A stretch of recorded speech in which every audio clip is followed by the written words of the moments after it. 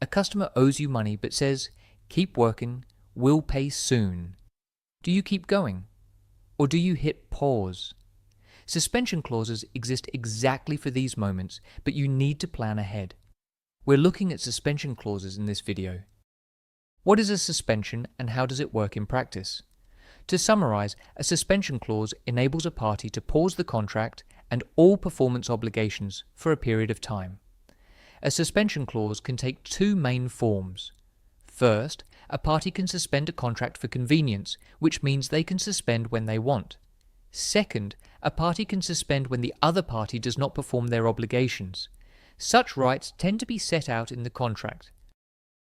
Is this something that you should care about? Well, if you want the right to suspend, or you want to limit when the other party can, then it's important to know if and how this topic is addressed in your contract. Let's look at a practical example together. Good Supplier Limited enters into a contract with Bad Customer Limited. Several invoices are long overdue and it's impacting badly on supplier's cash flow. Despite this, customer insists that supplier continue their work. What can go right for the supplier in this situation? Let's say they anticipated this problem and included a right to suspend the contract. Supplier informs the customer that they have the right to suspend, and that if payment isn't made promptly, then they will. The threat of suspension is enough for the customer to make payment, given they want to avoid any delay to their project. What could go wrong from the supplier's perspective? Well, if they don't have a contractual right to suspend or an equivalent right under applicable law, then the supplier's position is difficult. They don't want to terminate the contract due to the potential impact on the relationship and decide to continue work without payment. Customer goes bankrupt and supplier never gets paid. Let's look at a sample clause and some key considerations, and first to the clause. Customer, supplier, or either party, whatever you choose, may suspend the contract if the supplier, customer, or other party is in breach of a material obligation and does not begin and diligently continue remedial work within X days or weeks of receiving notice of the breach. The first point to consider is who should have a contractual right to suspend, and then in what circumstances. The sample clause provides a right to suspend when the other party breaches a material obligation.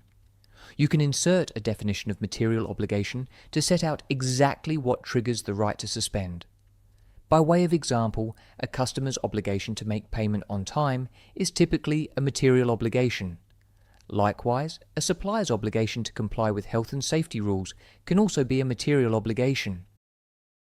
In many cases, the threat of suspension is enough for a defaulting party to address the problem. This is why such clauses often have a notice period before suspension can occur. It gives the defaulting party a chance to avoid it. The sample clause continues, the party in default will pay the additional reasonable costs of the suspending party that arise due to their suspension. This clause seems fair at first glance. If I suspend you to your breach of contract and I incur costs, then it seems reasonable that you, as the defaulting party, should pay me compensation. However, consider how this might play out. How long can I suspend the contract before restarting it or terminating? Do you have a cap on liability or a consequential loss disclaimer? If not, the defaulting party's liability could be much higher than is reasonable. Let me recap the most important points from this video. First, a suspension pauses the party's performance obligations. They restart when the suspension is lifted.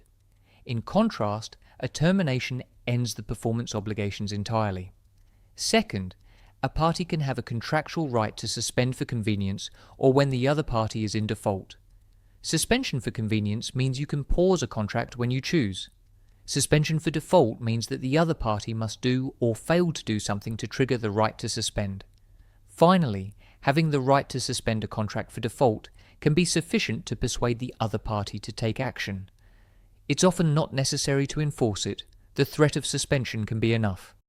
If you find this video helpful, then, for a short time, you can access the entire Build the Foundation in Contracts program for free by signing up for Silver membership at starlitcontracts.com. I look forward to seeing you there.